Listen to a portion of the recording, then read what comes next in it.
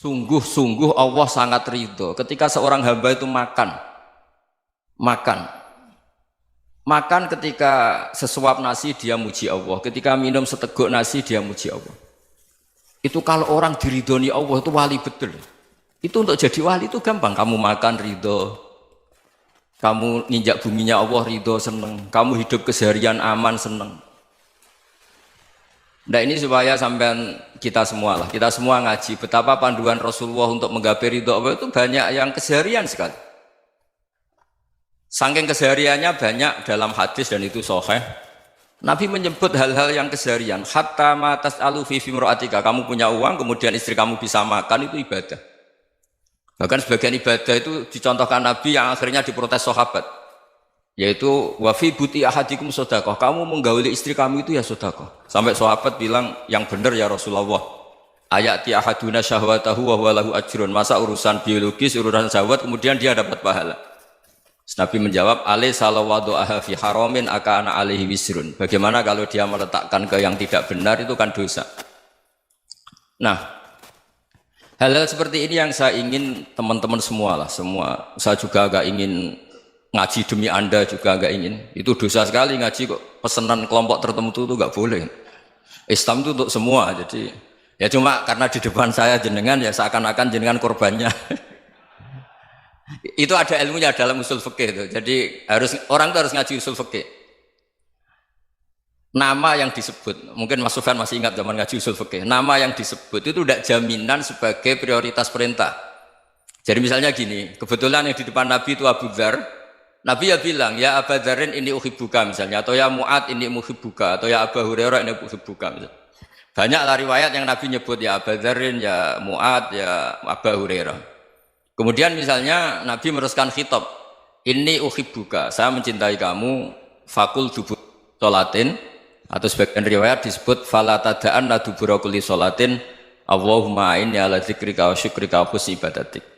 Saya mencintai kamu, siapa saja, Mu'ad bisa, Abu Dzar bisa siapa. Saya mencintai kamu, mohon kalau habis sholat kamu jangan lupa wiridan Allahumma inni ala dzikrika wa syukrika wa husni ibadatik. Ya Allah, tolong kami permudah supaya mudah ingat Engkau. Anda tidak bisa mentang-mentang, wong nama saya Parmin, nama saya Purnomo, itu yang diperintahkan Mu'ad misalnya. Jadi yang disebut satu, tapi khitab itu untuk siapa saja. Saya teruskan. Jadi saya mohon semua kita melakukan kebaikan itu, kalau dalam kaidah fikih disebut al yakin la yuzalu bisyak. Banyak kebaikan yang kebenarannya itu 100%. Tidak punya efek samping ke pihak lain, ke kelompok lain, ke komunitas lain. Itu tadi misalnya Anda makan, dan itu murah sekali, hanya butuh satu piring. Setiap punyaan kamu muji Allah, setiap minum kamu muji Allah. Itu redaksinya Rasulullah SAW disebut, Allah sangat ridho ketika seorang hamba makan, kemudian dia memuji Allah. Atau minum, kemudian dia muji Allah. Logikanya gampang, negara seperti ini yang kamu harapkan bentuknya kayak apa, mertua, ipar, komunitas, tetangga, itu nyata terjadi itu kan belum pasti. Sementara yang mesti terjadi adalah kamu butuh makan, kalau tidak mati. Butuh minum, kalau tidak mati. Butuh bumi yang nyaman ditempati, kalau tidak kita juga mati. Sebab itu Allah kalau menyebut nikmatnya itu hal-hal yang keseharian. Alladzi at'amahum min ju'. Allah itu siapa? Allah itu yang menciptakan kamu bisa makan. Tidak berlebihan, Allah itu yang menciptakan kondisi sosial itu ideal. Zaman Nabi itu ya ada orang munafik. Orang-orang pilihan Allah itu juga diuji orang sekelilingnya yang macam-macam. Semua diuji sesuai konteks zaman dan waktu. Nah, tapi ada ibadah-ibadah yang selalu disarankan Nabi. Sampai Nabi itu pernah ditanya, ayul islami khairun ya Rasulullah, Islam terbaik itu gimana? Jawaban Nabi itu unik. It'amut to'am, Islam terbaik itu ya makan-makan, yang santai-santai. Ketika Allah menyebut beberapa kebaikan, falak tahamal aqobah, wa ma adrokan apa? Mal aqobah. Terusannya apa? Fakku rokobah. Terusannya apa? Au it'amun fiyaumin di masubah. Ya itu acara makan-makan itu juga Islam. Kenapa? Ya bayangkan kalau tidak ada makanan, kita mati kan? Kondisi sosial tidak ideal itu Anda masih gak apa-apa, tapi kalau Anda tidak makan, Anda tidak minum, Kamu punya istri cerewet masih bisa hidup, punya mertua cerewet masih bisa hidup. Tapi kalau tidak makan bisa mati. Berarti penting mana istri sama makan? Penting mana? Makan.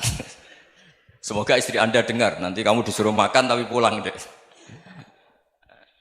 Itu kalau dibahasakan makan masih memahami. Penting mana nasi satu piring dengan istri. Nggak ada nasi mati, nggak ada istri belum mati. Penting mana? Gak berani jawab kan? Nah, ternyata Anda ada garang kan di depan istri. Jadi saya mohonlah, mungkin Mas Sufyan Sauri tadi yang bisa bantulah. Teman-teman tuh ngaji yang keseharian saja. Karena kita nyari ridha Allah itu berdasar firman Allah. Dan firman Allah itu menyebut keseharian tuh riang, gampang. Yaitu tadi misalnya wa min ayatihi manamukum bil laili wan nahar. Termasuk ayat-ayat Allah itu kamu tidur. Maka dulu itu ada guyonan, ada tokoh Mu'tazilah, kelompok dalam Islam yang berpikir manusia itu bisa menentukan ikhtiarnya sendiri. Karena saya bisa duduk, ingin berdiri, berdiri.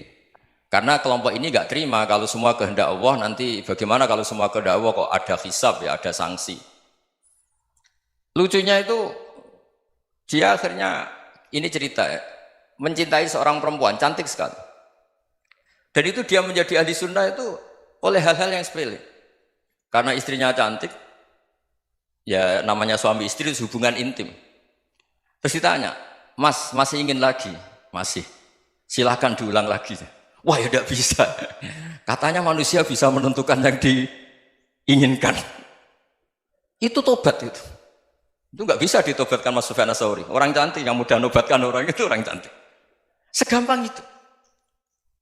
Akhirnya kita tahu, makanya kalau dalam kitab Hikam itu disebut al-aqil mayyakul madza yaf'alu wa hubi wal ghafil mayyakul madza af'al. Orang yang punya akal karena sadar ini wilayah Allah, semua milik Tuhan. Itu dia tiap hari berpikir, besok Allah akan melakukan apa terhadap dunia ini. Kamu merencanakan suatu mau plesir, ternyata gempa. Mau wisata ke Rusia, ternyata perang. Kamu tidak pernah tahu apa yang akan terjadi besok. Wa ma tadri nafsum madza taksibu ghadan. Tapi anda semua kita ini sering punya jadwal permanen. Makanya saya kalau diundang siapa saja, sanad takdir. Yang jelas Gus ini acara penting. Ya masih acara penting nak pangeran ngersakno piye? Kok ape dadi pangeran? Kamu kok mau jadi Tuhan? Itu kadang ya kiai. Penting Gus acara ini jenengan harus memastikan bisa. Loh kamu itu yang ngajarin tauhid, sesuatu itu biadillah kok bilang-bilang apa pasti. Kalau maksa terus tak tobatkan loh kamu kata saya. Ya kalau gitu Gus bilang insya Allah. Wah itu hati saya, fisik saya, roh saya sudah bilang insya Allah. Tidak usah kamu latih kata saya. Nah hal-hal tauhid keseharian itu gampang sebetulnya.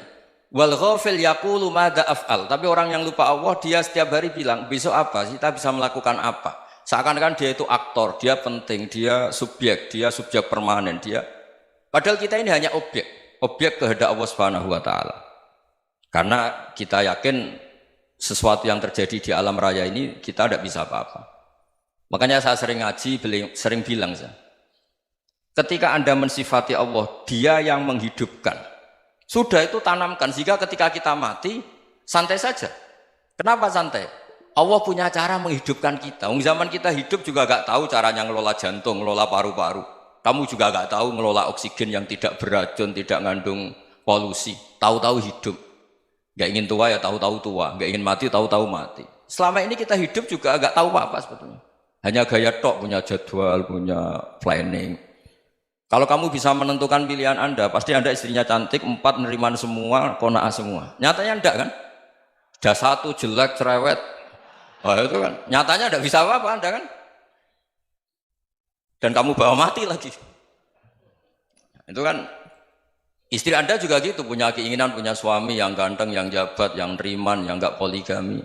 Ya enggak kesampaian juga. Kalau kita ngitung tingkat kegagalan kita itu gagal terus. Ya kan? Nah, terus ingat Allah, madza yaf'alu wa bi. Orang yang punya akal selalu berpikir Allah itu menghendaki apa terhadap saya. Lalu sama-sama orang melihat orang yang serius, itu kata Anda itu pemikir berat, serius, senang punya tokoh yang merengut tuh, karena kamu anggap serius. Tapi sebagian orang anggap orang yang serius itu wong merengut, wong masam, wong muka kok ditekuk. Jadi sama Itu hati ya muqallibal qulub tsabbit qalbi ala dini, karena kita nggak tahu cara berpikir kita tentang orang lain, tentang sekeliling kita. Misalnya kita orang baik yang jenis ngurmat fakir miskin, ada orang bangun masjid mewah itu janggal. Apa artinya masjid mewah kalau banyak orang kelaparan? Tapi kalau yang jenis pendidikan, apa artinya masjid mewah kalau tidak bisa ngaji? Nanti yang jenis infrastruktur, apa artinya ini kalau semuanya punya sudut pandang yang berbeda-beda. Dan Islam mengapresiasi semua kebaikan. Tapi katakan semua kebaikan itu adalah kehendak Allah Subhanahu wa taala. Karena apapun baik Anda itu pakai fasilitas yang diberikan oleh Allah Subhanahu wa taala. Sehingga ini yang disebut qulillah tsumadarhum fi khawdihim yal'abun. Ya kembali tadi ke tema-tema bahwa keseharian Anda ini sudah Islami. Saat Anda tidak bisa melakukan apa saja. Saya sering ada jenazah, biasanya kalau tetangga meninggal saya sering disuruh ngelepas. Saya bilang orang ini baik karena sering ngelamun di rumah, sering nganggur di rumah. Ditanya sama anaknya, kenapa Gus nganggur baik? Ya kalau dia nganggur artinya juga agak berbuat sesuatu yang maksiat kan? Ya kan? Orang nganggur di rumahnya ya tidak bunuh orang, tidak maling, tidak korupsi, ya namanya nganggur di rumah. Lah cuma istri cara pandang nganggur gak menghasilkan uang itu. Tapi juga gak menghasilkan kriminal kan? Jadi sebenarnya Islam itu makanya kalau sampai ngaji usul fikih itu ada kitab usul fikih namanya Lubul Usul, itu terkenal sekali di pesantren itu. Itu kalau ngapresiasi keseharian itu luar biasa. Izma min mubahin illa wa yatahaqqaqu bihi tarku haramimma. Karena keseharian yang mubah saat Anda lakukan itu ada kehebatan yang luar biasa, yaitu meninggalkan haram. Makanya dulu banyak orang-orang alim ketemu temannya itu guyon sampai semalaman. Itu biasanya yang semangat Islam itu kiai kok tidak tahajud, kiai kok tidak witir. Orang yang sedang mapan uangnya banyak, malam itu tidak kelayaban itu sudah luar biasa. Melawan nafsu supaya tidak maksiat itu sudah luar biasa. Supaya lupa guyon sama temannya semalaman sampai subuh. Gejlok-gejlokan ngenang zaman miskin, zaman kuliah nggak jelas, zaman apa. Melihatnya jangan tarkut tahajud. Seperti ini meninggalkan tahajud, tapi meninggalkannya ini talkul muharramat. Jadi kayak apa hebatnya? Sehingga Imam Ghazali punya riwayat yang agak unik. Hatta takuna ibadatu akhiri hadil ummah iku an-naum. Sehingga suatu saat ibadah terbaik umat ini itu tidur. Itu kan riwayat kontroversi. Ketika Imam Ghazali ditanya, kenapa iya? Kenapa kamu mulai keluar dari rumah itu sudah banyak maksiat? Melihat perempuan yang enggak mahram, melihat fenomena. Tapi kalau kamu tidur itu enggak melihat apa-apa. Tapi juga kamu jangan menganggap tidur itu ibadah betul. Saatnya melakukan fardhu ain malah masih tidur. Tapi itu sudut pandang yang menjadikan kita Islam itu gampang. Jadi saat Anda tidak bisa aktivitas apa-apa, misalnya ada beberapa orang yang lumpuh. Lumpuh itu memang nggak bisa Jumatan, nggak bisa ibadah, tapi dia juga nggak bisa maksiat.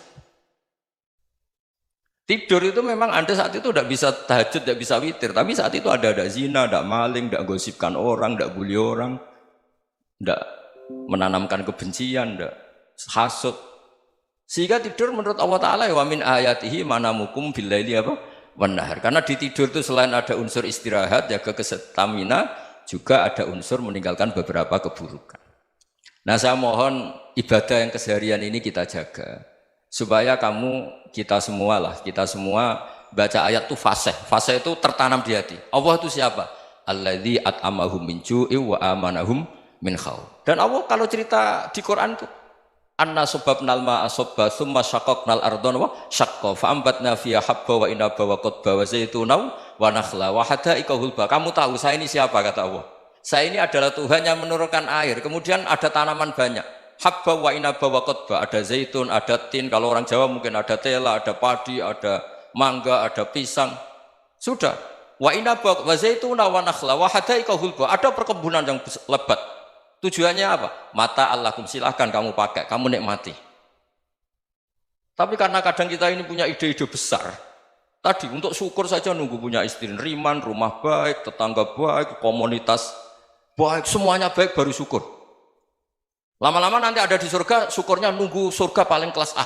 Itu sudah ada yang menghuni Rasulullah, kamu nggak boleh di situ. Masa untuk syukur saja?